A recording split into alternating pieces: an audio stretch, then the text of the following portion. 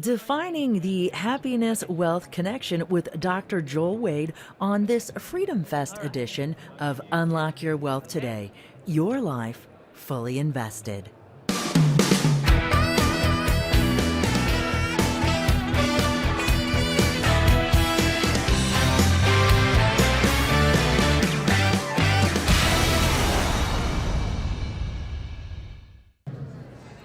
Welcome back to the show, Joel. I'm so excited to have you back here. It's good to be here, Heather. So, for those who are not familiar with Dr. Wade, he has been a regular mainstay here to keep us alive and well and focused on happiness. And here at Freedom Fest, there have been some incredible talks about happiness, and you are the author of Mastering Happiness, The Virtue of Happiness. You have a new podcast out, Mastering the Mastering Happiness podcast. Yes, and so why should we focus on happiness as a part of what we're doing to create wealth? Well, I think first it's important to define what I mean by happiness, because if you're thinking just having a happy time or you're getting everything you want or everything's going well, that will come and go, and that's actually will make you miserable if you're chasing after just a good feeling. But when I talk about happiness, I'm talking about eudaimonia. I'm talking about happiness, being happy about your life, where you're satisfied with your life, where you're living in accordance with your values, with integrity with your values, and living the kind of life that you're proud of and happy with.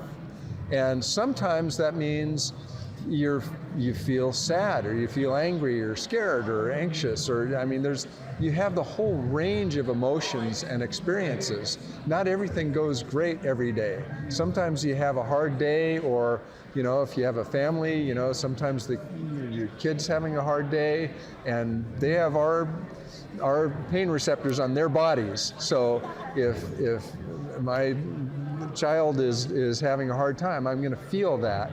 So it's not about feeling good all the time or feeling delightful all the time. It's about living purposefully the life that matters to you, that's congruent with your values. So that's what I mean by happiness, because if you live that way, then looking back on your life, you're going to go, yeah, this is a good life. I'm living a good life. I've lived a good life with all the ups and downs that reality brings to us. Mm-hmm. So. I think that's important, because I think we chase happiness expecting it to be this permanent state of being that all of a sudden we're going to be in eternal bliss. Yeah. And I think by having the wrong definition, it sets us up with an expectation to fail. Yeah, basically anything that ends with, and then I'll be really happy, is a mistake. Okay, if I get that new car, then I'll be really happy. If I solve this one conflict with my wife, then I'll be really happy. If I straighten out this situation at work, then I'll be really happy. No, those are just pieces of life. And if you invest too much in that going well, what if it doesn't? First of all, what if it doesn't? Second of all, if you aim everything towards that one moment and then you'll be really happy, well, that's just a moment in time. If you've been living a miserable life to get there, and then you get it, then you've already done that, and then what you're going to look back on is that miserable life you had lived to try and get to that one point. So you want to make sure that you're living according to your values and all the way. And then when you get something you want, something works out well, you can celebrate, and that's wonderful. I love getting what I want, and I love it when I'm having a good time.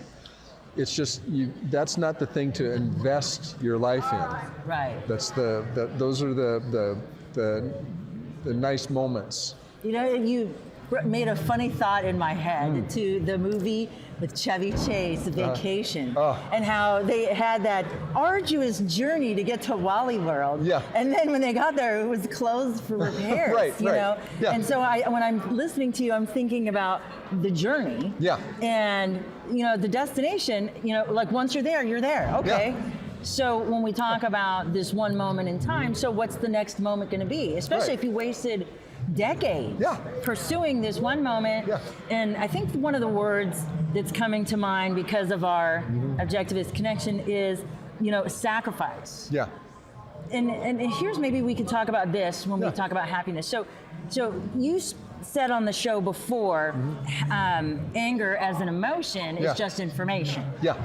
And so if our emotions are just information, and we create all of this sacrifice or feel like when we hear, entrepreneurs who have made it, they say, oh, well, I sacrificed. And I think maybe that term is not being used properly because does it really have to hurt in order to get to the happy? I mean, if we're living according to our values, it's going to feel mostly good, right? I mean, I think, everything that I've done that I'm proud of, I've, first of all, been really scared of at one point or another.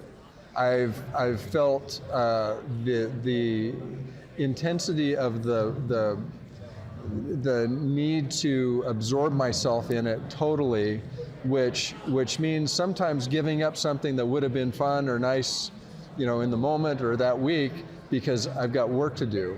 So sacrifice is a bad word for that because I want to do this, I'm choosing to do this, but it's not like everything's going to feel great all the time. When I was first playing water polo in high school and I had to get up at 5:30 in the morning to get in the pool, I did not like getting in the pool. I still don't like getting in the pool. I'm still playing water polo at almost 60 years old. And that moment of getting in the pool, I've never liked, and I probably never will. But once I'm in it and playing, the thing that I earned from putting that work in, I am really happy about. And that's the same thing with, all the studying I did for my degrees and that I continue to do. And sometimes my work with clients is hard work. And sometimes I'll come from a session that I've done with somebody and it was a hard session and I needed that to be hard so I could really understand something about them so then we can come back around. So sometimes it's hard and sometimes it feels like toil and drudgery. The main thing is to keep yourself connected with your values and make sure that the message you're receiving that you're not feeling good right now isn't that I'm doing this in a way that's opposed to my values or that's undermining my life in some way. So life's hard sometimes, and achieving your values is hard work sometimes. So it's complicated, but I think for most people, they understand that. If anything that you've done that you're proud of, I'm sure you could relate to that. Sure, you love it, but there are hard days. There's times when things don't go right and you got to wrestle with things. And some of my most rewarding work is with my coaching clients. And when they turn a corner or they see something, but you're right, I mean, it can be arduous. I come out of sessions sometimes and I'm exhausted and I'm like, oh my gosh, and I got another client behind this one. But through that challenge, is what brings us to that place that we feel most rewarded. Yeah, if you stay conscious and are learning, looking to grow, okay, what made that hard? I wasn't understanding this piece. I get it now. There's something I know about, that I understand about this person I didn't, and now I can help them better. Yeah. So for the folks that are watching, so when we think about change, and everybody has their own perspective on change, but change is a process. It starts with a decision, and then it's about taking an action. And you've talked about making discipline easy, but can you run just through a few steps of how to make change, lasting change? Yeah. So, well, first of all, you have to know what you want. Right? What hardest thing to come up with sometimes. Let's say I have something I would like to change. It helps to know why. What will that do for you to make this change? Because maybe you'd like to make that change, but it's really not worth the time and energy and hard work that goes into it. But if you can identify why it matters, and you find that emotionally you can connect with, this really matters to me, then you have the emotional energy. Because emotions aren't just, I feel good now, I feel bad now. Emotions are complicated things. They're complicated pieces of information. They tell us a lot about what we expect to happen in the future, but they also are what give life meaning. If you don't have emotions, nothing's going to matter. But you don't want to follow around your emotions like they're wise guides. It's a complicated, interweaving of your emotions and your thoughts and your goals. So by connecting with why it matters, then you have the motivation, you have the juice to actually make the change. It makes it worthwhile. And then you want to identify, okay, say I want to win a gold medal. Well, if you see the Olympic skiers, before a run, Right. they're not envisioning themselves on the podium with the gold medal, listening to the national anthem. They're visualizing the run because they've been on the run many times, and you'll see them. They have their eyes closed, and they're going through the whole run, step by step. They're visualizing every challenge along the way so that they're ready. So if you want to actually make a change, you want to identify where you're aiming, but then go immediately to identifying the challenges you have to overcome to get there, and have almost your whole focus on meeting each of those challenges that come up. Finding solutions in your mind for the challenges, seeing where you might get thrown off on the way, and then engaging each challenge on the way. You don't want to get caught up in the vision too much. You need to know where you're heading.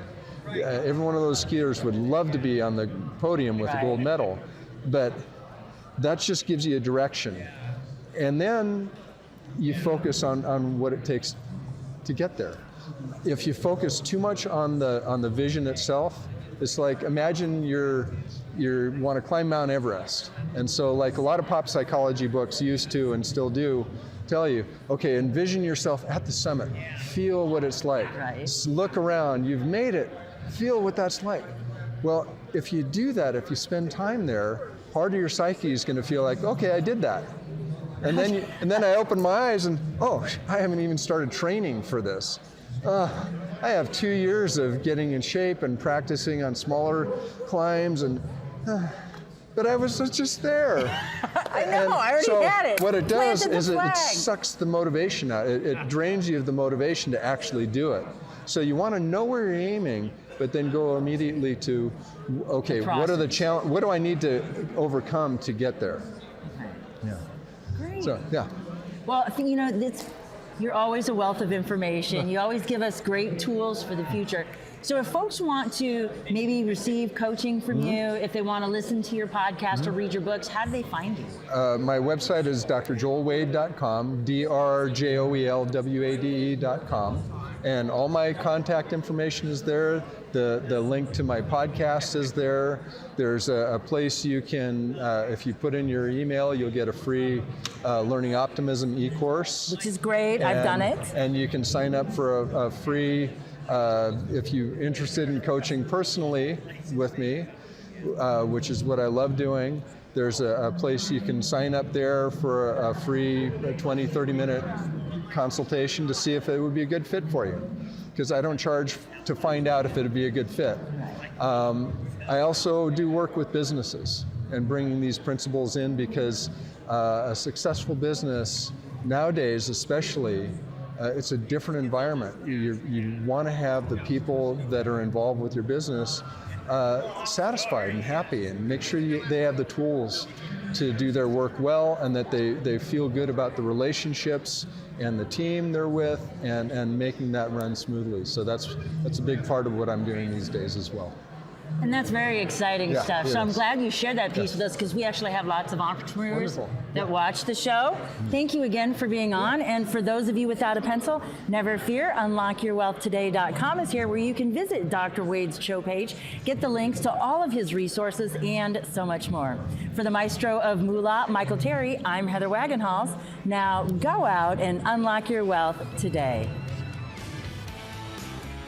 UnlockYourWealthToday.com is produced by Heather Wagenhals and the Unlock Your Wealth Foundation. UnlockYourWealthToday.com and its affiliates are copyrighted 2018 with all rights reserved. For more information on the Keys to Riches Financial Wellness Series, please visit our website at www.unlockyourwealthtoday.com.